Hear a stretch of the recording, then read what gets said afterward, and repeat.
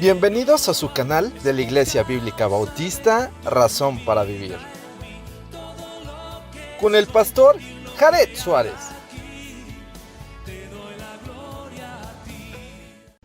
Bienvenidos a su canal de la Iglesia Bíblica Bautista, Razón para Vivir. Me da mucho gusto nuevamente acompañarles en este pequeño estudio de la palabra de nuestro Dios para poder reflexionar acerca de las cosas que Dios quiere en nuestra vida. Seguimos con los falsos maestros y el verso 17 al 22 dice: estos son fuentes sin agua y nubes empujadas por la tormenta, para los cuales la más densa obscuridad está reservada para siempre, pues hablando palabras infladas y vanas, seducen con concupiscencias de la carne y disoluciones a los que verdaderamente habían huido de los que viven en error. Les prometen libertad y son ellos mismos esclavos de corrupción, porque el que es vencido por alguno es hecho esclavo del que lo venció. Ciertamente, si habiéndose ellos escapado de las contaminaciones del mundo por el conocimiento del Señor y Salvador Jesucristo, enredándose otra vez en ellas son vencidos, su postrer estado viene a ser peor que el primero. Porque mejor les hubiera sido no haber conocido el camino de la justicia, que después de haberlo conocido, volverse atrás del santo mandamiento que les fue dado. Pero les ha acontecido lo que el verdadero proverbio: el perro vuelve a su vómito y la puerca lavada a revolcarse en el cieno. Sí. Muy bien, vamos a orar a nuestro Dios, vamos a analizar esto. Señor y Padre, gracias porque pues tú nos das tu palabra para que a través de ella podamos crecer, que podamos poner manos a la obra, sobre todo, Señor, sabiendo que vivimos en un mundo plagado de tentaciones y de caminos que nos quieren desviar de la verdad para seguir las complacencias de nuestra vida, de este mundo. Y te rogamos, Señor, que pues pongas en nuestro corazón el permanecer en ti como tú en nosotros, y en el nombre de Cristo Jesús. Amén. Muy bien. Estos son fuentes sin agua, y esto un poco haciendo referencia a aquello que proveía agua para bebederos, que usted va a un bebedero y de repente pues no hay agua, pues se queda con sed, es decir, no sacia su sed. Y también nubes empujadas por la tormenta, para las cuales la más densa oscuridad está reservada para siempre. Esto es como un barco sin timón, que son llevados por doquier viento de doctrina, y lo que se pone de moda, y lo que dijo alguien, o lo que a él se le ocurrió y lo ve que es interesante, que va a traer gente y demás, entonces lo adopta a su vida y lo hace doctrina, cuando son doctrinas de hombre y no de Dios. Entonces esto es muy importante, porque una de las cosas que nosotros debemos tener siempre en cuenta es la predicación, y la predicación de la palabra de Dios. Por eso está el texto aquí, para que podamos analizarlo, verlo, estar ahí atentos a lo que Dios dice, no al app, y cuando uno habla y uno lo ve, ahí dice: mira, se equivocó aquí, se equivocó allá. Pero es para que uno permanezca en la palabra de Dios, no para desviarnos de la palabra de Dios. Entonces hay que entender que la Biblia dice lo que dice, que la Biblia no cambia en su mensaje, que permanece para siempre. Y Jesús lo dijo, que la tierra y los cielos pasarían, pero sus palabras nunca pasarían. Así que seguimos entonces con el verso 18, hablando palabras infladas y vanas. Y esto es algo que se produce mucho en los predicadores actuales, predicadores que buscan palabras redundantes, palabras pues de alguna forma que puedan cautivar a las personas, y después esas palabras las inflan, ¿no? O sea, las extienden, las alargan, ¿no? Y dicen, por ejemplo, uno puede decir la palabra de Dios, y ellos dicen: porque la palabra de Dios, de alguna forma tratando de cautivar a las personas, pero en realidad son palabras infladas, no tienen nada que ver con lo que dice la Escritura, pero sí hace lo siguiente: seducen con concupiscencias de la carne y disoluciones a los que verdaderamente habían huido de los que viven en error. Y entonces encontramos allí a una persona que se abstiene de ciertas cosas porque quiere agradar a Dios y es su convicción personal. Y de repente viene otro y dice: ay, no, eres un legalista, eres un fariseo, no te va a pasar nada si tomas una copita de vino, no te va a pasar nada si ves una película en el cine, no te va a pasar nada. O sea, que no estoy diciendo que una copa de vino sea pecado, ni que ir al cine sea pecado. Sin embargo, lo que te puede llevar a, lo que puede ser el inicio de. Por eso es mejor mantenerse en el centro de la voluntad de Dios que tratar, ¿verdad?, de vivir en los límites. Digamos, uno tiene que mantenerse y por eso Jesús dijo: si tu ojo te es ocasión de caer, quítalo. Si tu mano te es ocasión de caer, córtala. Y esto habla de eso, de que quitemos de nuestra vida cosas que nos puedan ocasionar la caída. Y entonces estos carnales, con sus concupiscencias, de alguna forma, a los que habían huido del error, los hacen que regresen al error.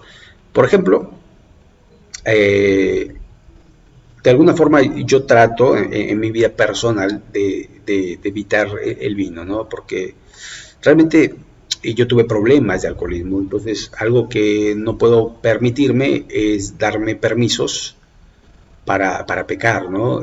Porque por una pequeña abertura, por una pequeña fuga de agua se puede hacer una inundación. Entonces uno tiene que evitar las inundaciones de la vida y mejor, si hay una fisura, arreglarla en el momento, taparla y no dejar que esto crezca. Entonces esto es muy importante. En cuanto a las tentaciones, hay que mantenerse siempre alejado de las tentaciones. Huye, le dice el apóstol Pablo a Timoteo, huye de las pasiones juveniles. Entonces esto mejor, si aparece una grieta, séllala y repárala, no te quedes esperando que se rompa, que se haga una fuga y está más grande y que después no la puedas frenar. ¿Ok? Entonces esto es lo que hacen los falsos maestros. Disoluciones a los que verdaderamente habían huido del error. Les prometen libertad, porque dicen: no, Cristo ya murió por todos tus pecados, presentes, pasados, futuros, y es verdad, pero eso no te da derecho a pecar deliberadamente. No es: ay, Cristo, perdóname porque tú ya moriste por este pecado. No, porque eso es tener en poco la sangre de Cristo, el sacrificio de Cristo. Es realmente vivir en santidad. Así que les prometen libertad y son ellos mismos esclavos de corrupción. Y el Señor Jesucristo lo dijo en Juan 8, recuerde: el que practica el pecado, esclavo es del pecado. Entonces es muy importante liberarse de la práctica del pecado. Ciertamente, bueno, acá dice: porque el que es vencido de alguno es hecho esclavo del que lo venció. Esto un poco citado en Juan 8 también, ¿verdad? Esclavo es del pecado el que lo practica, ¿no? Ciertamente, si habiéndose ellos escapado de las contaminaciones del mundo, y esto habla de los falsos maestros que escaparon de las contaminaciones del mundo por el conocimiento del Señor y Salvador Jesucristo, es decir, a través de la sana doctrina, a través del camino que es Jesucristo, pero después dice: enredándose otra vez en ellas son vencidos, es decir, volvieron atrás. Esto, acuérdese, Jesucristo dijo: el que pone las manos en el arado y vuelve atrás no es digno del reino de los cielos. Por esto mismo no podemos darnos permiso para regresar, para mirar al pasado. Recuerde, 2 Corintios 5:17, de modo que si alguno está en Cristo, nueva criatura es. Las cosas viejas pasaron, y aquí todas son hechas nuevas. No puedo volver al pasado, no puedo permitirme volver al pasado, porque entonces, dice aquí, su postrer estado viene a ser peor que el primero. Y esto me recuerda a aquel hombre que por medio de su propia fuerza, esto en Marcos, echa de sí un demonio. Ordena la casa, la limpia, el templo, pero el demonio al ver que la casa estaba ordenada y vacía, regresa, pero no solo regresa, sino que invitó a otros 7 demonios. Y pasó esto, su postrer estado vino a ser peor. Tenía 1, ahora tenía 8 demonios dentro de sí. Y es que de alguna forma el permitirse volver al pasado va a acarrear consecuencias colaterales. Vamos a afectar a otras personas. Y, por ejemplo, si yo lo hacía algo cuando era soltero, afectaba a mis padres, a mis abuelos, o etcétera, ¿no? A mis hermanos. Pero cuando yo soy casado, afecto a mi esposa, a mis hijos. Cuando yo soy miembro de una congregación, afecto a la iglesia y a mi familia y la reputación de la iglesia y de Cristo. Entonces esto no es solo una cuestión de es mi vida y con mi vida puedo hacer lo que quiera, sino es una cuestión de daños colaterales, y esto tiene uno que evitarlo. Causa, efecto. Tengo que pensar no solamente en lo bien que la voy a pasar, sino en lo mal que me va a ir por tomar decisiones incorrectas delante de Dios, porque Dios no puede ser burlado. Todo lo que el hombre sembrare, eso también segará. Entonces necesitamos ir manteniéndonos en la santidad. Y recuerden que santidad es eso, alejarse del pecado, separarse del pecado, separarse de prácticas y de cosas que me pueden hacer pecar. Verso 21, mire esta sentencia: porque mejor les hubiera sido no haber conocido el camino de la justicia, que después de haberlo conocido, volverse atrás del santo mandamiento que les fue dado. Un poco tiene que ver, porque ahora están arrastrando a personas. Y acuérdense que el Señor Jesucristo dijo que el quisiera tropezar a uno de estos más pequeños, mejor le fuera a amarrarse en el cuello una piedra de molino que haber vivido, ¿no? Entonces viene una expectación de juicio terrible para los falsos maestros, para los falsos profetas, para esos que viven conforme a la carne y no conforme al espíritu, y que están llevando, como dicen ahí coloquialmente, entre las patas a muchos. Están perdiendo a muchos que sinceramente querían servir a Dios. ¿Sí me explico? Entonces, por eso Santiago 3 dice: no os hagáis muchos de vosotros maestros, porque entre mayor conocimiento, mayor condenación.